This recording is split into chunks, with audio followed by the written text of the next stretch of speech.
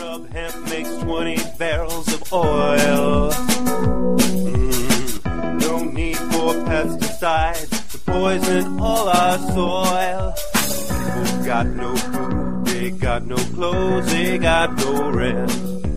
Right now it's time for hemp. Thank you for taking time for hemp. I am your host, Casper Leitch. You are listening to Time for Hemp all around the world on Tumblr, SoundCloud, iTunes, iHeartRadio, and all the other wonderful platforms that are out there for people to enjoy the truth about how important it is to end prohibition. On the program today, I have as my joint host someone that's been with us now since the first of the year, Judge Lenny Frieling. Your Honor, you having fun doing the broadcast these days? It's a kick. Yes, I admit it. It's fun. Oh, I'm sorry. It's work. It's a challenge. It's a calling. I can't even begin to tell you what a sacrifice it is. Well, I'm glad to hear that you managed to muster up and make it happen for us here on the big program. And I also remind people, anytime you hear the word joint, nearly 2.5 million people, we hope, are packing their pipes, their bongs, their vaporizers, and, of course, taking Time for Hemp. And we have as our joint guest today, member of the Time for Hemp family, who has made the Time for Hemp website look so stellar with his amazing magic and his technology expertise. And I want to thank him so much for all the hard work he's done for the entire team of the Time for Hemp Global Broadcasting Network, Stephen Bradley. Good morning, Stephen. Shucks. Casper, thanks. Good morning. How are you? Pretty groovy, thank you. And I want to remind people to always go to the timeforhemp.com website and check out all the new updates. Stephen's always doing some kind of new magic and adding something creative to it from week in to week out, and always make it a point to share it with your friends. With that said, I'm going to keep my mouth shut and enjoy my joint here on the Big Joint broadcast while my joint friends have a joint chat here at Time for Hemp. Your Honor? Casper, I thought you were doing great. Thank you. All right, let's see what I can do to keep this thing smoking. Stephen, Leap. Former law enforcement, right? For That's you? Correct. And Correct. What was your law enforcement exposure? The majority of my law enforcement career, I worked for a full-service sheriff's office in the metro Atlanta area. By full service, I mean we did everything from law enforcement duties in the unincorporated areas of the county to running the jail, serving papers and warrants, things like that. Big county, small county? It's been traditionally in the last 10 years one of the fastest growing counties in the country. It's North Metro Atlanta area, very affluent area in parts of it, and very rural in other parts of it. So kind of a diverse area. And Atlanta, as we know, has been Boomtown, USA for 30 years now? A long time. Yeah, man. Atlanta's where it's at. It's everybody should come to Georgia. Casper was making fun of Georgia earlier. Not really. He was just poking fun at me. But, I'm sitting on my back porch in the mountains right now. It's beautiful. I tried sitting on the front porch, and I don't have quite as good a Wi-Fi as I need to make it work. That's what it's all about, is the Wi-Fi, exactly. Oh, man. Let's start with Georgia. What's up with Georgia? What's up with Peachtree? What's going on in Georgia? So Georgia has a new, what they call low THC oil law that was passed. People with any one of 8 qualifying conditions, their physician can recommend this oil to them. Among the CBD oil laws that the states are kind of bandwagoning on, this one's kind of unique because it does allow up to 5% THC, whereas most of the other states that are passing CBD laws don't see any need for THC or the entourage effect or anything like that. So it's kind of unique in that regard. On the downside, there's no way to get it legally. They didn't put any measures in place for it to be cultivated or distributed or anything like that. So if you want to get it, you have to break the law. You go get it. Right now, we have a lot of states saying, oh, we have medical, we have CBD. Is CBD medical? Is that where we need to be? Well, I mean, clearly the answer to the question for me is always that we need whole plant. And the reason for that is, and Michael Pollack, he's the marijuana editor for the Sarasota Tribune, if you can believe, a newspaper in Florida, has a marijuana section. He had a great article this morning that he just published talking about the CBD only singling out a chemical from it and the problem that it's causing. Some people are taking this hemp-based CBD oil that are also taking traditional cancer therapy, and he pointed out in the article that there are cases where it may be actually not metabolizing the anti-cancer drug. The body is not metabolizing it; it's storing that poison up, which can be deadly down the road. So, experimenting with what humans have been using for thousands of years to help themselves with is trying to legislate it is it's like nailing Jell-O to a wall. One of the things that I just heard recently, I haven't verified it, haven't researched it, but what I heard is that CBD with very, very low levels of THC does not work as well, that it really needs a bit of THC in the mix. Have you run I don't think we really know. I mean, I think we know, Dr. Sanjay Gupta, the 3-part weed series he did, made a fantastic case for the entourage effect. I'm not a scientist, I don't know what levels of what are needed, but I do know that when you take a whole plant approach to treating most of these conditions that it's used to treat it with, you see far better results than people, rolling the dice and buying hemp oil online, something that's been imported from China and who knows what's in it. I think it's a danger to move away from allowing us to actually grow and produce our own medicine. I once sat down and did some math. If we assume that there are, give or take, 100 cannabinoids or so in the plant, and then we look at, I'd like to say basic probability and statistics, but to me that's a very tough area of math, never easy. But if we look at combinations, how many combinations are there of one cannabinoid? Well, 100. Then how many of 2 and how many of 3? And we looked through all the permutations.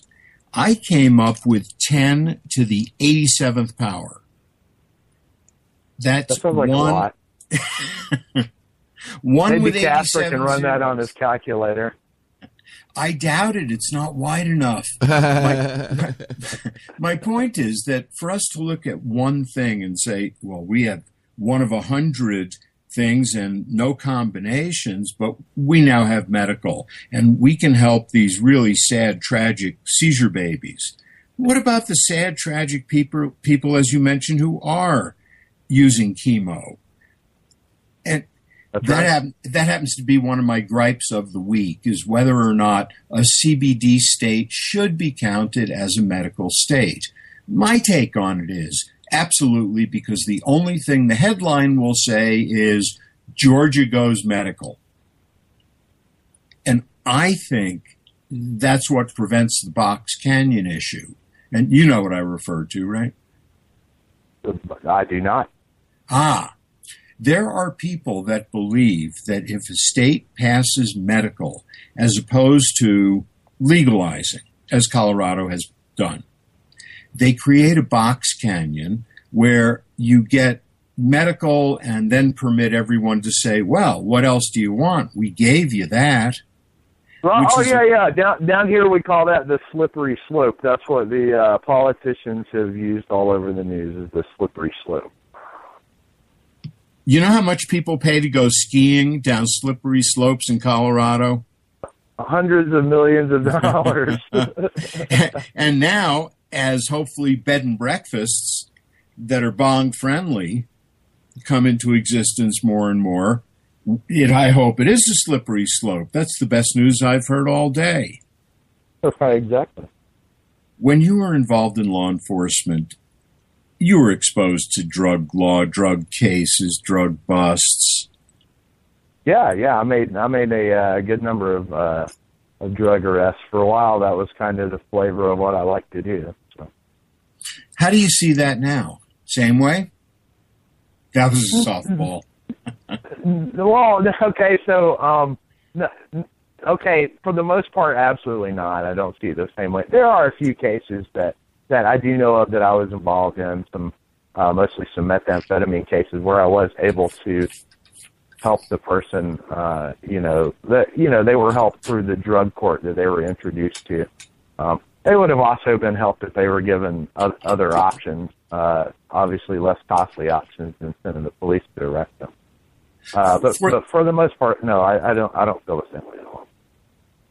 For those that are unfamiliar with drug courts, what is that? So drug courts, in our state at least, and I imagine in most states, it's more of a diversionary program where if someone goes through drug court and they complete counseling and they're able to show that they're able to hold a job and test clean, no drugs for a certain amount of time, they report back to the court. It's a very, at least here, it's a very structured program with a lot of people involved. With the goal of keeping people, I guess, away from drugs. And like I said, there are a few cases that I've seen where it was helpful to some methamphetamine users, but not enough to justify the obvious cost. Where we could have done something completely different and had the same or better results in most cases. Is it fair to say that on the one hand, it's a more treatment-oriented approach as opposed to a punitive criminal approach? What you saw was not a great treatment approach. Right. I mean, so you have to, you have to report to the court your progress. You have to join a 12-step treatment program and go through that. And a lot of those are generic, those treatment programs. So, while there are maybe some success cases, I think with the same money we could get a lot better results by actually offering treatment to people that wanted it. That's what I was looking for treatment that wanted it. If you hold a gun to someone's head and say you have a choice, criminal prosecution or go to the state-designed drug school, you'd have to be pretty burned out to say, oh, no, criminal, hell with that state program.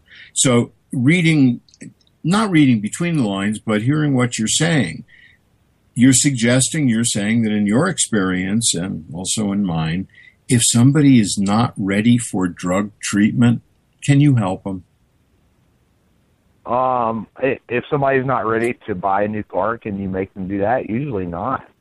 So, the holding a gun to their head and giving them a choice, there's still a huge waste there because there's such a large percentage of people that are going to do it just because they're told to do it, and then become recidivists, and down the line now they're worse off than when they started. So no, I don't think forcing anyone to into treatment because of something they put in their body is a good idea.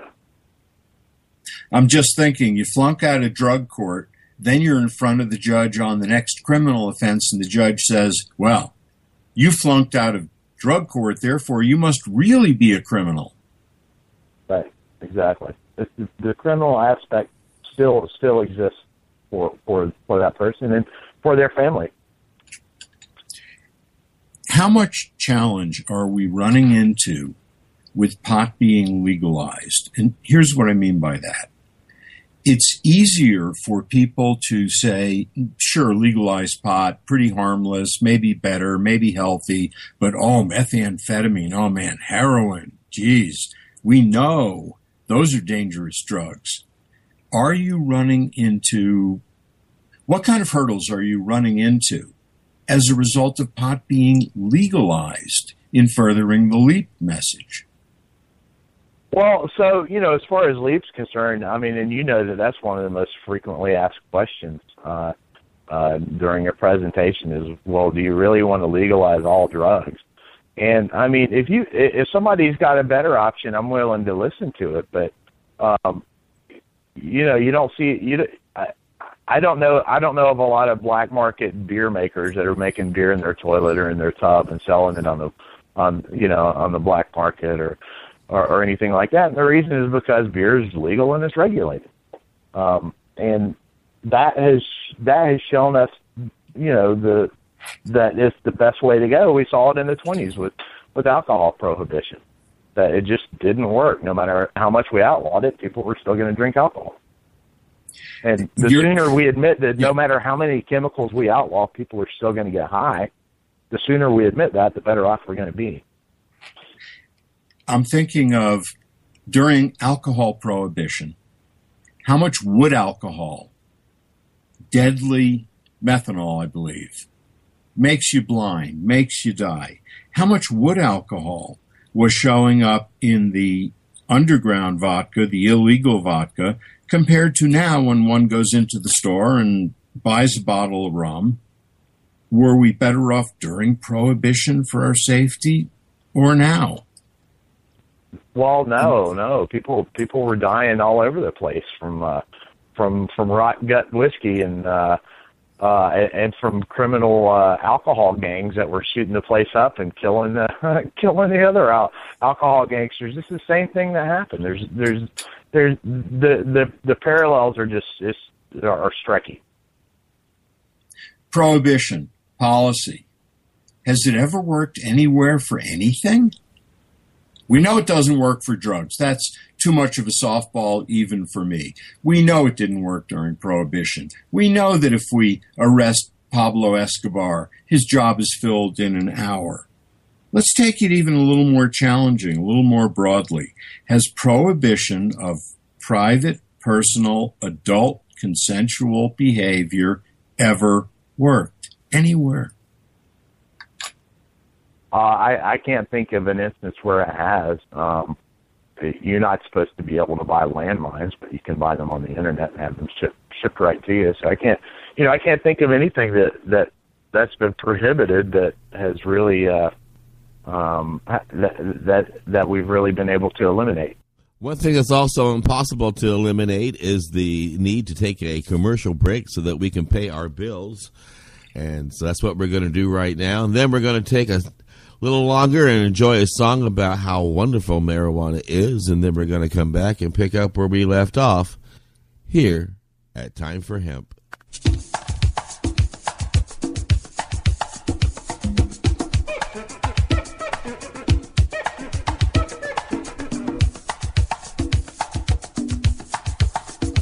You are listening to the Time for Hemp Global Broadcasting Network.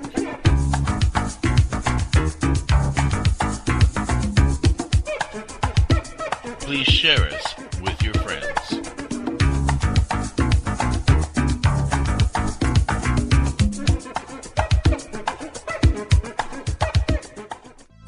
THCF Medical Clinics are the premier physicians clinic in the United States. THCF has offices all across the United States from Hawaii to Michigan. THCF Medical Clinics has helped approximately 150,000 patients obtain their medical marijuana permits to legally possess, grow, and use medical marijuana. If you have chronic pain, multiple sclerosis, or any other neurological degenerative disease, or if you have any gastrointestinal disorders such as GERD, irritable bowel syndrome, or if you have AIDS, cancer, spastic disorders, seizure disorders, or glaucoma, call us at 1-800-723-0188 or visit us online at hemp.org. Again, the number is 1-800-723-0188. and the site is hemp.org.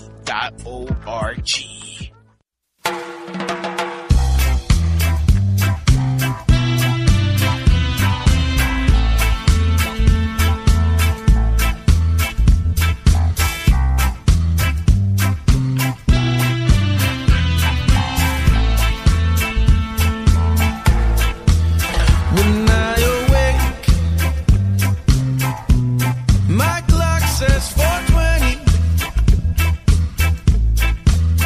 I start my day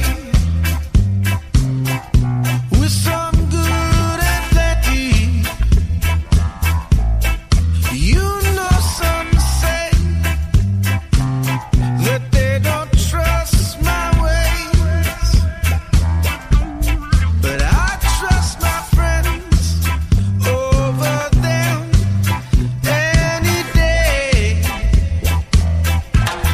It's always 420. Turn up your radio. It's always 420. Let's burn another bowl out of my house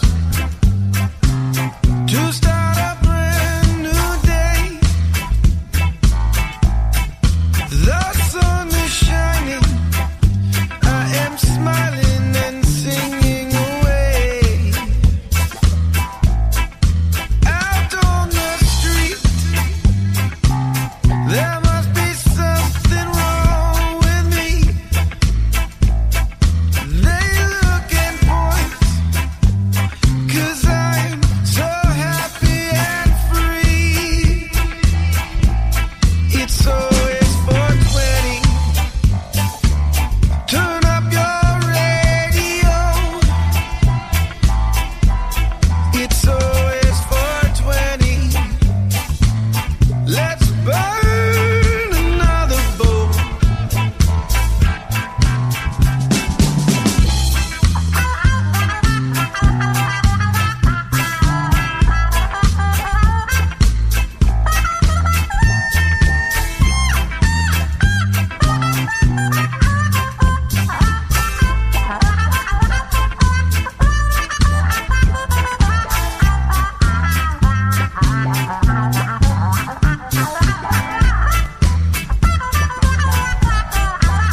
We sing at night,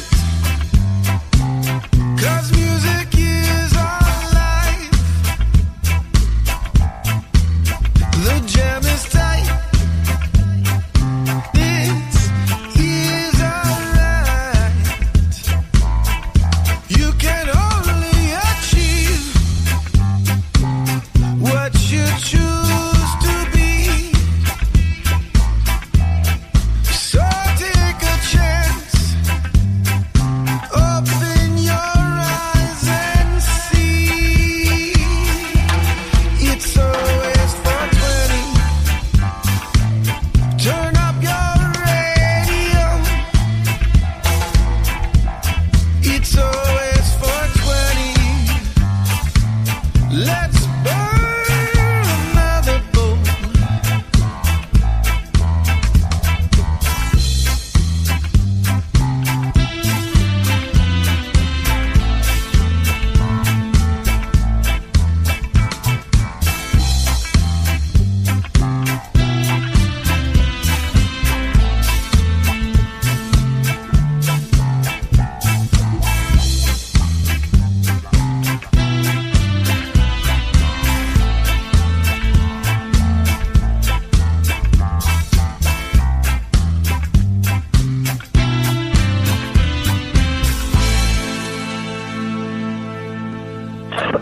That was the Killing Time Band singing It's Always 420 somewhere, and it is always 420, and that's true in my world. I want to encourage people to go to timeforhemp.com and realize that we are no longer just a 1 hour show, but we have been now for over a year, a broadcasting network growing every month, adding new content, new hosts, All of our programming is archived and free to download at the timeforhemp.com website.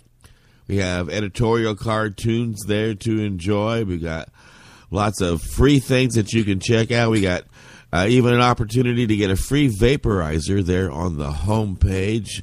Just make sure to share us with your friends.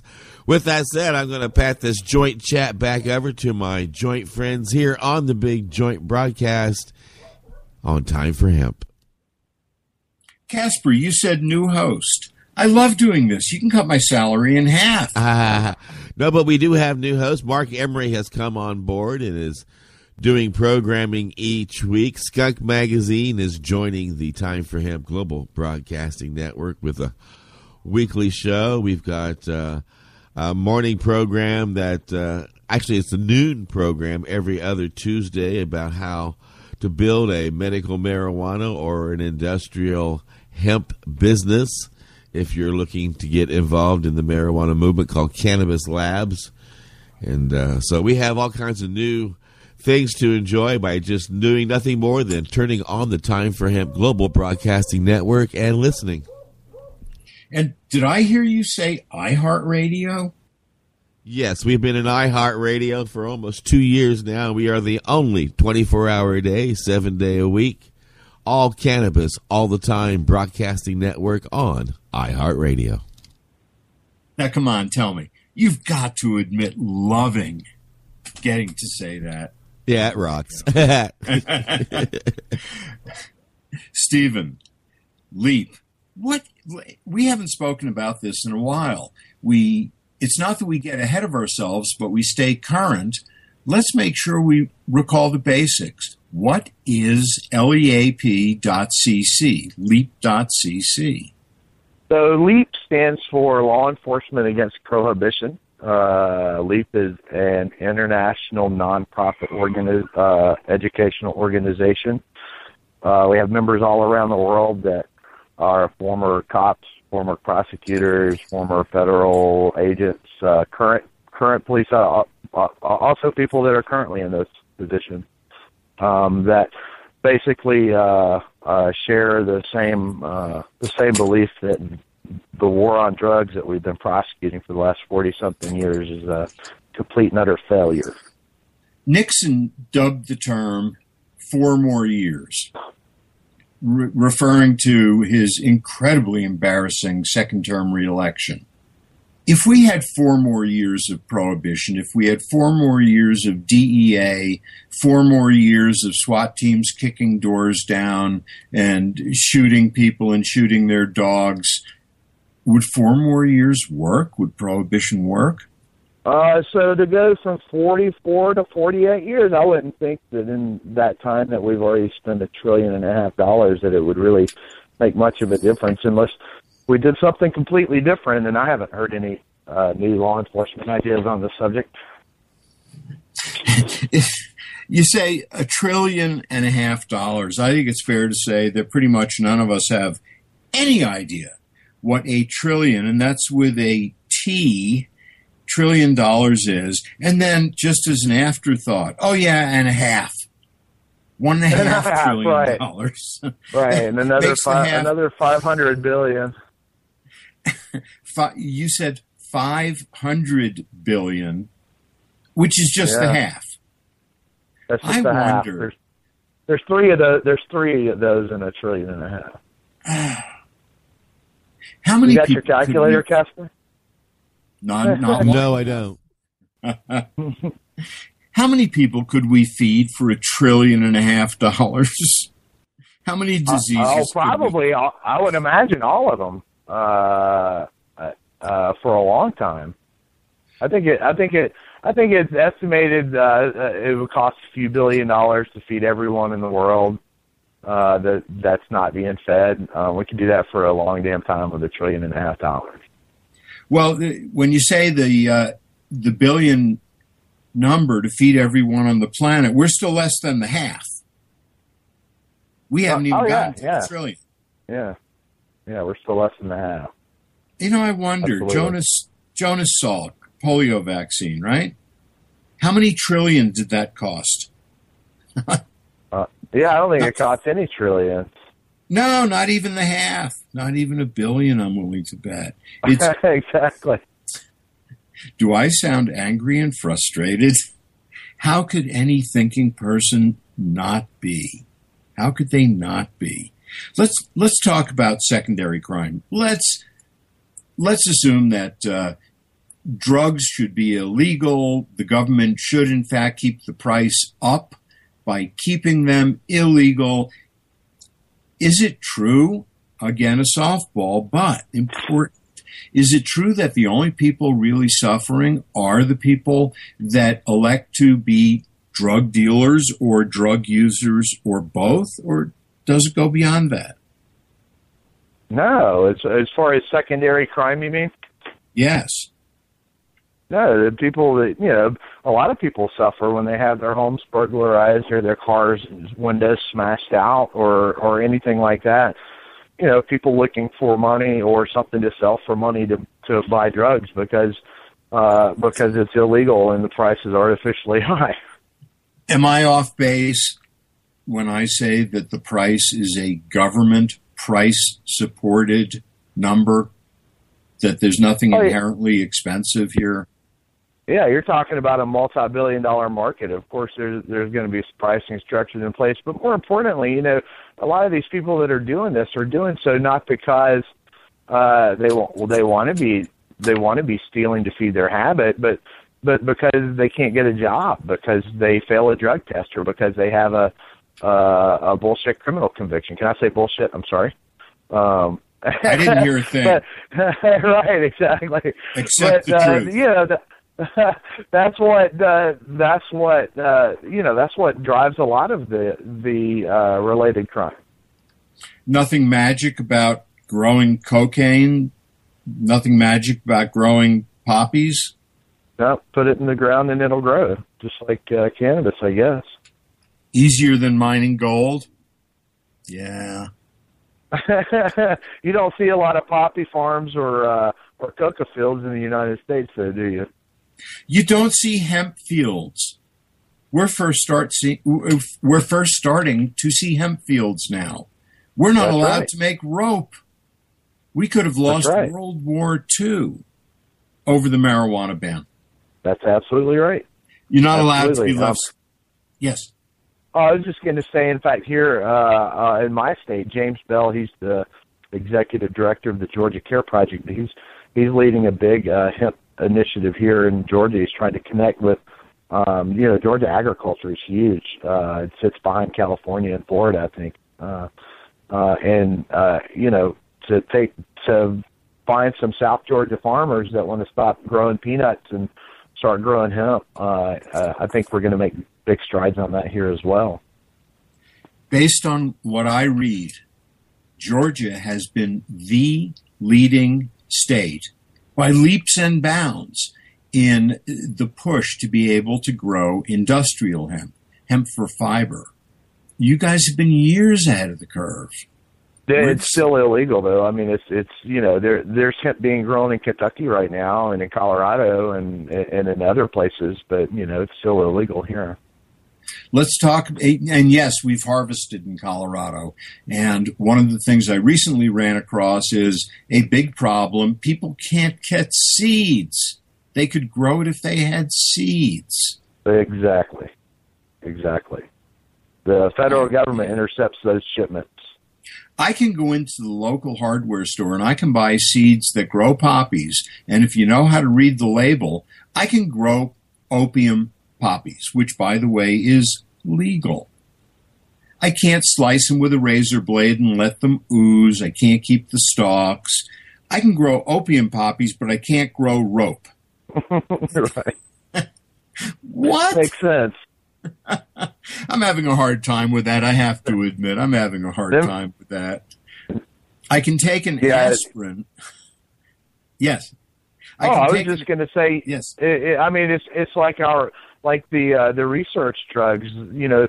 We're seeing 5 to 10 new research drugs every single day come on the market that have their chemical makeup altered just slightly, and states can't outlaw them fast enough. They can't the synthetic, so-called synthetic cannabis and the MDMA and those things. You know, this stuff is all legal. You can buy it online with no problem. It's completely ridiculous. Just for clarity, a pet peeve of mine is the term synthetic marijuana. There is no such thing. That's why I said so-called. I completely agree. Yes, you did. So-called. Yes. Why are we saying that?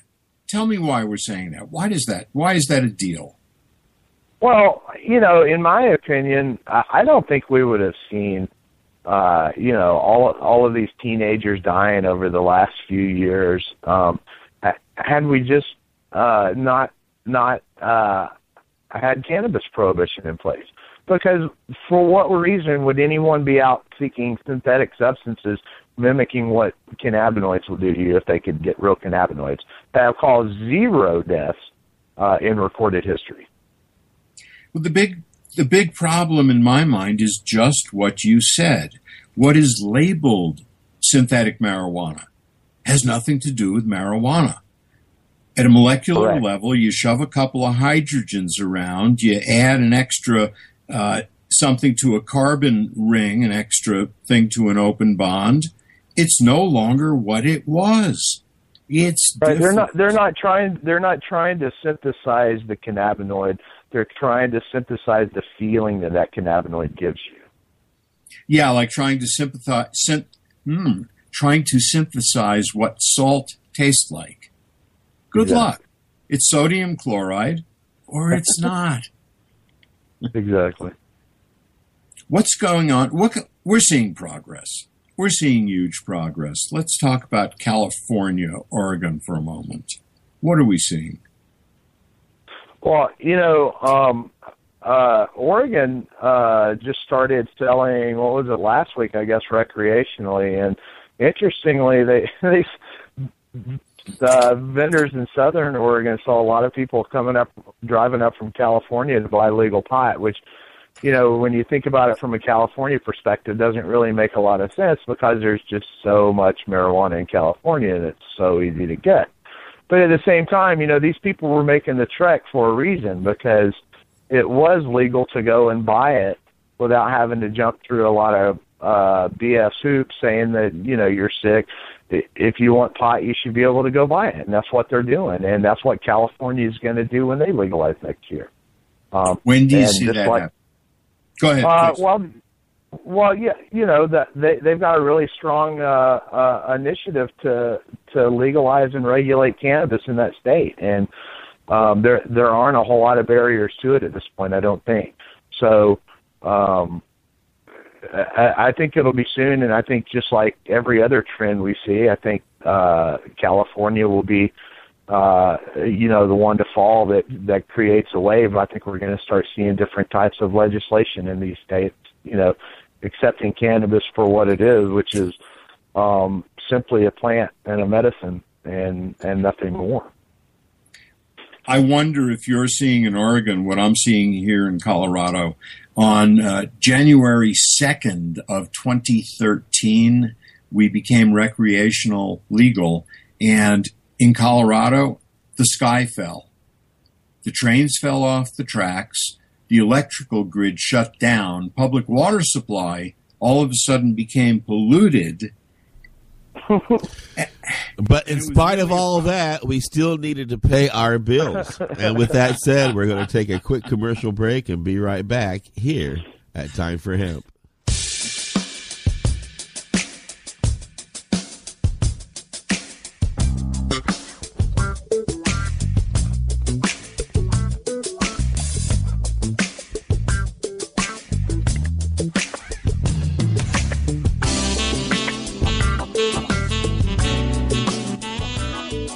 are listening to the Time for Hemp Global Broadcasting Network.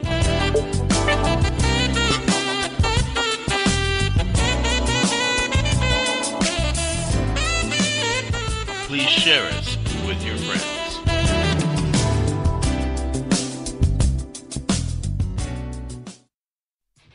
Serious Serious Seeds is your source for quality cannabis and sativa seeds. Serious Seeds are the creators of legendary strains like AK-47, Bubblegum, Chronic, Cali Mist, and White Russian.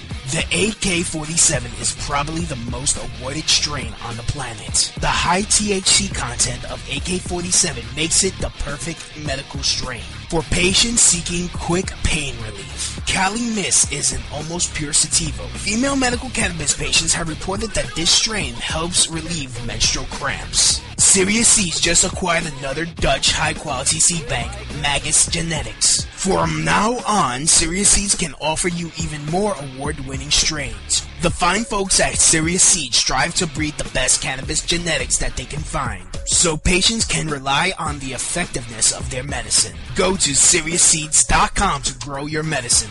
That site again is SeriousSeeds.com.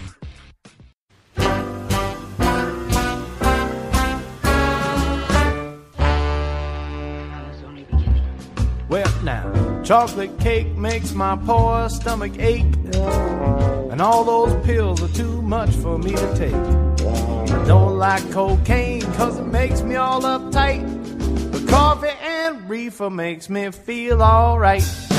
Crystal meth will make you high. Yeah, coffee and reefer will make you feel all right. First thing I do, as you know, if you've been listening, when I get out of bed in the morning, is get myself a big cup of Joe, and then Joe gets dressed and goes to work, and then I get a cup of coffee and get busy in front of my computer trying to end prohibition. And I would encourage you to also get active and get busy in your community and try to let the world know around you how important it is to end all the prohibition laws, because prohibition only makes criminals out of good people. With that said, I'm going to pass this joint chat back to my joint friends. Gentlemen, I don't know if you knew this, but I spent the weekends here deep in the Andes. Seriously? Where? Yeah, deep in the Andes. Andy Garcia and Andy Johnson, two of my good friends. It was a great weekend. I pass it back to you. I like to look at it with the progress we're talking about, with Oregon, with California. I like to look at it as we've won the war. Now we need to win the peace. Yeah, I mean, the war has definitely been won. It's a matter of letting everybody else know that at this point, I think, because they're still locking people up. And you mentioned LEAP nationally and internationally. We're reaching out. We're in Brazil. Where else are we seeing LEAP playing a role? I'm not sure what other countries have elite presidents. You would probably actually know more about that than I would. Let me rescue you a little. I know stuff is going on in Spain, Portugal, Brazil, Uruguay, and at least one other major South American country. They're coming to us and saying, will you lay this out? Will you give us some ideas on how to deal with it? We need to rename it. We call it a drug problem. It is not a drug problem. It's a government problem. The drugs have no problem. People have health issues. It's different. It's misleading. It's a bad term. As the dominoes fall, California, the next huge one that we're hoping to see during the next presidential cycle here. Alabama. You mentioned stuff's going on in Alabama. What's up? So I was talking about there was a ProPublica investigation recently that found that Alabama authorities are using a meth lab law that the state passed in 2006 to arrest mothers for taking any sort of drugs during their pregnancy, whether it harms the child or not. And I kind of highlighted some of it on one of my websites, which is southerncannabis.org, about this girl named Katie Darovitz. She has severe epilepsy. She's 25 years old, and she has severe epilepsy, and she lost her first baby during a miscarriage. She believes through this very strong pharmaceuticals that she's prescribed for her epilepsy to keep her from having seizures.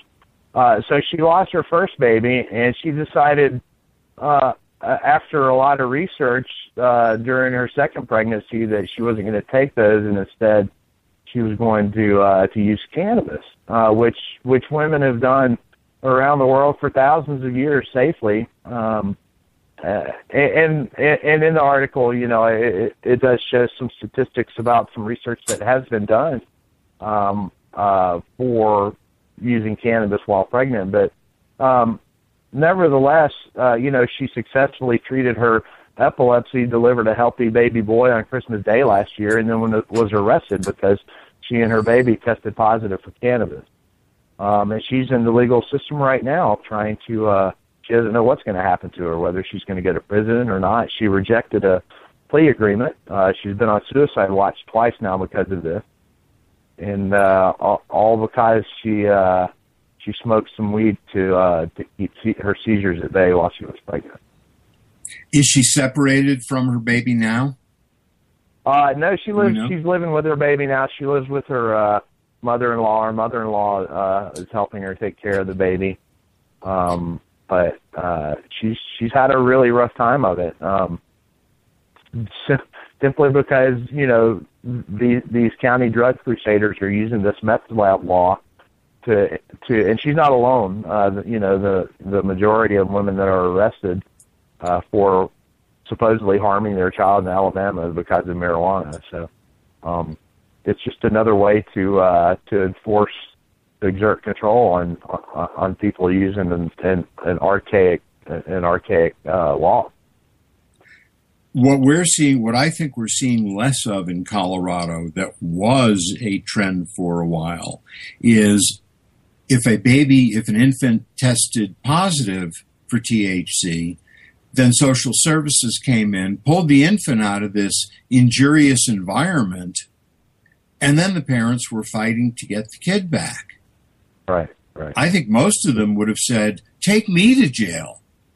Well, I think it's 2015. I think nobody should have to make a choice between who goes to jail. I mean, over something that clearly had no ill effects on her child whatsoever. I'm not advocating pregnant women smoking cannabis, but I am saying if you have a severe seizure condition and your obstetrician tells you if you have a seizure you could fall and die while you're pregnant, making an arrest after that doesn't make a whole lot of sense.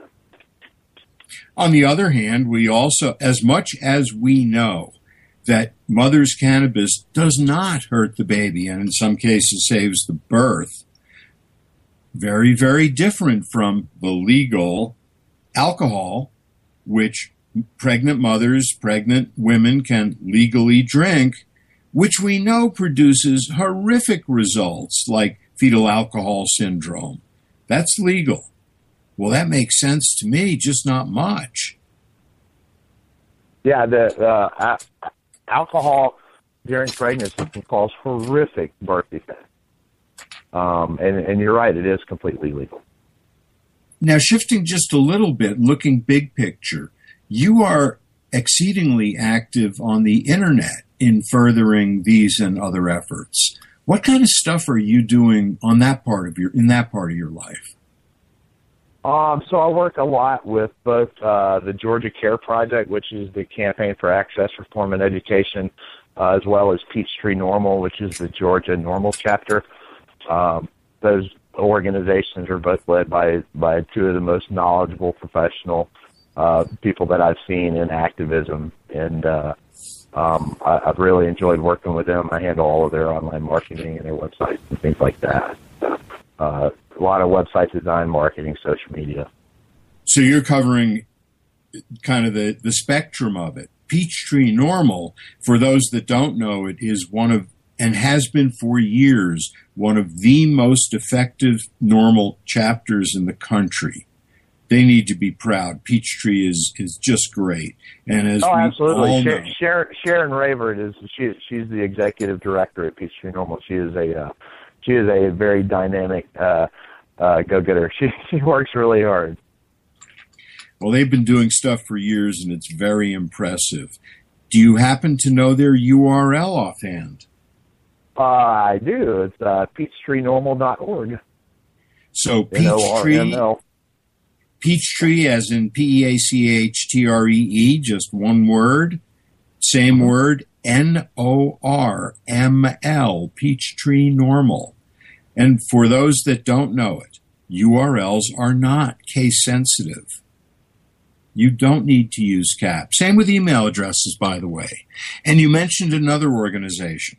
That's the Georgia Care Project. That's GeorgiaCareProject.com. Or I'm sorry, GACareProject.com. GACareProject.com. Right. That stands for the Campaign for Access, Reform, and Education. And in addition to their websites, you're dealing with Twitter and Facebook and some of the other social programs, I imagine, the outreaches. They actually both have social media volunteers that do most of their social media. Most of what I do with those two organizations, I've done all their website design and newsletters and things like that. The reason I asked is because if you alone were doing Facebook and Twitter for them, I was going to ask, when was the last year in which you got any sleep? I know it wasn't this year. Well, so my main business is internet marketing, and I do have several clients in the cannabis industry that I do web design and social media marketing for. So I have some tools that I use to help automate some of that and make it easier. How do people find you? You as a service in that specific industry.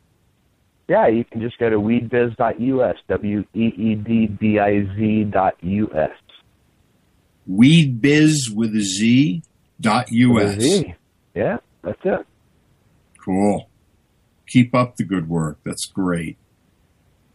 And we all know what an intense load that can be. So I get this. I was telling my wife last night. I get to sit on my butt at home and work. So I mean, it could be worse. You know, it could be a lot worse. I sit on my butt at home and work all day, and then I come home and sit on my butt and work during the night. Right. I just don't know any better. Exactly. And no one will tell me. A lot of butt sitting involved, though. Well, my job is rather exasperating. When I get out of bed, I have to smoke marijuana first thing, and then I start talking about marijuana with my friends in the marijuana movement while we smoke marijuana together on Skype and on phone and listening to marijuana music and advertisements about great companies that have products that cater to the marijuana market. And then when I'm done doing all that, I got to take a break and smoke some more marijuana. And then I edit my shows about marijuana prohibition and post them up to my marijuana site while I'm smoking marijuana. And then, of course, when I'm done with all that, I got to smoke another big bowl of marijuana for working so exasperatingly hard. So you can sit on your butt all you want to, gentlemen, but I am working mine off. You should rename your show "Getting Casper with High." I was just thinking that some things don't change. All we're doing now is we're working for a pot in every chicken. There you go. Now we're down to the last couple of minutes. This is a good chance to give a big shout out once more for your favorite URLs and organizations. We'll go with our joint guest first. Yeah. So I think we've already been over all of them. Leitch is a fantastic organization. It's leitch.cc. And you can see where I really have fun on southerncannabis.org, where we talk about pot in the South. So that may be an acquired taste, but a lot of people down here like it. And, make it a point to subscribe to the newsletter on your websites. How many newsletters do you have there? You got... it's hard to resist subscribing to that newsletter, Casper. How many newsletters do I have? Yeah, aren't you working on like 2 or 3? It's an unfathomable number, Casper. It's a number that won't fit in your calculator, the number of newsletters that I'm responsible for. All right, well, groovy. And then with that said, we will pass the joint promos to our joint our joint host. I love everybody. Join everybody. Join Leap.cc, SSDP, DPA, Normal, of course. We work together. We're on the same side. We have to work together. And whether or not we agree with every detail is completely irrelevant. And for membership, we're talking $35 here, $25 there. We're not talking thousands of dollars. And it matters. They need to be able to say, we have a mailing list of 2 million members, because the people that are being elected and want to be elected care about two things: votes and money. Those are the same things.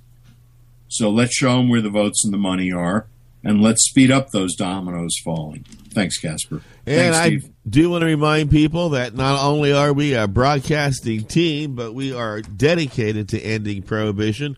We're also now branching out into video. We have a Roku TV network. The Time for Hemp Global Broadcasting Network is now on Roku TV. You can go to timeforhemp.com and click on the Roku image, and it will tell you how to put our channel into your Roku device to enjoy all of our content.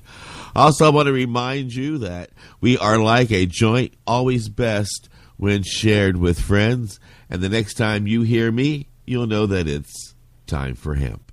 Look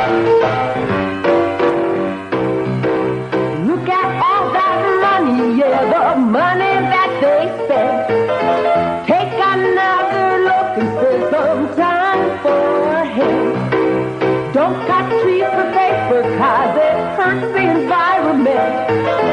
Stop deforestation, yes. Education and information. See what all the buzz is all about. It's time for hemp. It's time for hemp.